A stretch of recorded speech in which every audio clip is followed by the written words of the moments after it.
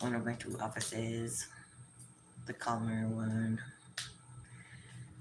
I thought I had this big event tomorrow night, but it's actually next Tuesday. Now I'm readjusting my plans for the day because of that. I thought I was gonna have to rush around and get stuff today, but I don't. So I've got to catch up on case notes. I have a group from noon to 2, art group, and then got to start working on the calendars for May and for the newsletters for May also for both sites. And I've got to think of a couple of fun new groups to try to get more engagement. Um, yeah. And I'm sure there's other stuff I need to do, making a list, but I feel like I'm forgetting stuff. Well, let's see. Next Tuesday, just revising my list a little.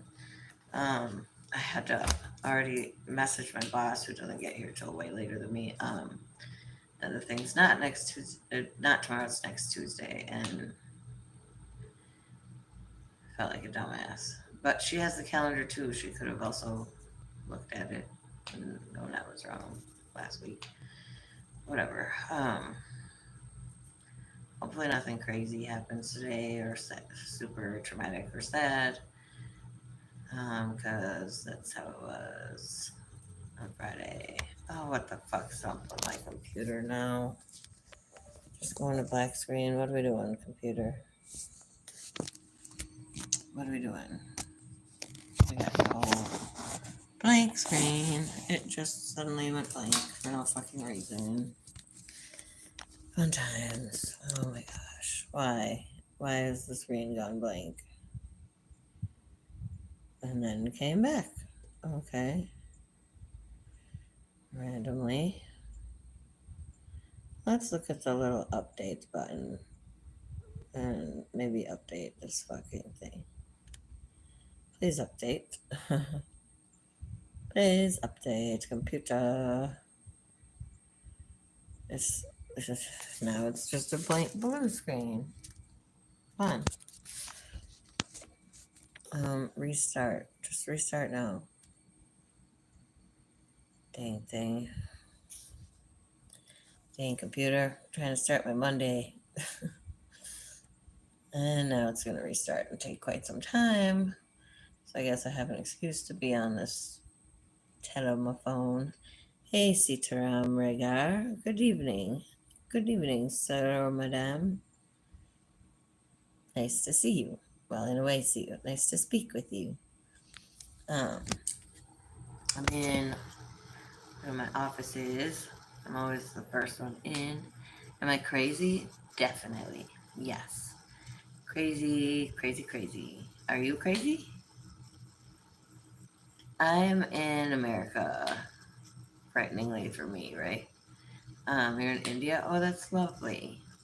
I've never really visited anywhere outside of the United States except for one time I went to Canada, but um, I would love to travel to see all the lovely places the people are from. Am I a witch? Definitely, yeah, sure. Whatever, but don't burn me at the stake, alright? Please. Or do the float test. I'm a crazy witch. Yeah. Are you a crazy witch too? Hmm? Gonna start a coven? I get to be in charge. What's the name of? There's got to be a head witch in a coven, right? Or is it all egalitarian? It's a damn good question. Rentax Gaming says, I'm sorry to hear that I see your about section.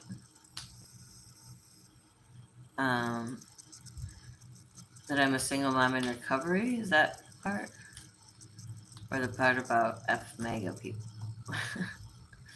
And not even so much, obviously, the people, the movement. The people are being tricked and propagandized. Hello, Goofer. I like that nickname. I call my kid that sometimes. Goofer. My little goofer. I call all the kids here all kinds of nicknames, in part because I'm still learning everyone's names, but in part because I can't help but call little kids sweetheart and cutie pie and stuff like that. Hello, Goofer. What is everyone else doing? What are you talking about? I don't advocate for violence. Not at all. I don't know what BWC means. I'm old. Computer's still rebooting, so I've got nothing to do right now because I already figured out what I need to do and it's on the computer. So, well, you might be able to hear the whole thing gearing up now. Slowly. I don't know what the guy's talking about violence for. I'm an entirely non-violent person. So, hello. Message retracted. Oh. Oh, survivor of domestic. Oh, I see what you're saying. Yes, I am a survivor of domestic violence. It has played a large role in my adult life, and love you too, Goofer. And yeah, it's definitely a big part of who I am. The fact that I survived that. I had to do a self-defense training thing as part of for work last week, and I should have honestly stepped out and not participated, but I did participate, and I ended up getting so frustrated because the people teaching the class have clearly never been in a physical altercation with someone who outweighs them by 100 pounds. Because let me tell you, if someone grabs you by the throat going like this, it's not going to fix it. You just better pray, is what you got to do. Or slapping at their wrist. Yeah, that's not going to fix it when someone outweighs you by a freaking 100 pounds or is a foot taller than you or whatever. It's just, and I'm 5'0", you know, weigh a little over 100 pounds. So there's not like, you know, a few like secret magic tricks that are going to get me out of a situation of violence with someone larger and stronger than me, which is almost everyone in the world, you know. Thank you, Runtax Gaming, for saying I'm proud of you. If no one's told you that they're proud of you today, I am proud of you. You're a gentleman and a sweetheart. Thank you. Thank you for being so gracious. But yeah, I should have stepped out because at the end I was so frustrated. Like, for example, the only rude thing I did say while we were doing it was the part about like twirling away from a chokehold. I said I would go for an eyeball, and they said what? And they were like, we're talking about participants, and I was like, again, I'd go for an eyeball if someone grabbed me by the throat. That was just, I'm sorry, that's what I'm headed for. Like, in a survival situation, testicles and eyeballs. You know, you're gonna have to fight real dirty if you want to survive in a life or death situation. Like, little ballet twirls and swats aren't gonna save you. They're just not. But I couldn't sit there and say that. I had to participate instead. You know, what I wanted to say was, you got barely a fucking chance, and you better just pray to whatever God you believe in that the guy lets you go. There's not much else you can fucking do. Sorry, but I'm, again, 5 feet tall. I know what I'm talking about when it comes to physical violence with people much larger. So, yeah. I'm glad people stopped by to say hi. I love chit-chatting with folks. Bear spray, exactly. I need to get some. I've heard great things about bear spray. The only thing I'm worried about with that is like getting it on myself and then incapacitating myself. What I need to do is get another. I used to carry a taser everywhere, and that was highly effective because as soon as people see the blue flames shooting, they scurry away. Trust me on that. So I really would like to get another one of those. But I'm also surprised I never actually accidentally tased myself because I'm the clumsiest person in the world. So, but I haven't. I didn't. I had it for like a decade, so. But yeah, I hear you on the bear spray, Martin. Yes, bear spray's a good option. But yes, little ballet twirls and swats, they're not going to save your fucking life. They're not. They're not. They're just not.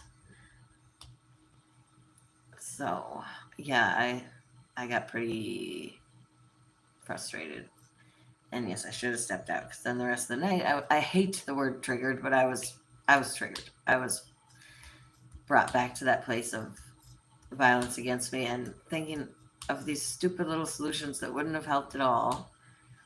Every time I see a women's self-defense course, little video about it or whatever or clip or wherever on whatever social media site, online, whatever, it's so ineffective and stupid and giving people this false sense of security, in my opinion. Because yeah, if twirls were going to save your life, then ballet would be deadly. Okay, and it's not. So, yeah. If ballet twirling and swatting was going to save women from violence, there would be no homicide. But that's another thing I thought and did not say. Yeah. But my computer's still rebooting. It says you're 100% there, but it's just twirling and twirling and twirling. Anyway, I gotta go. Bye.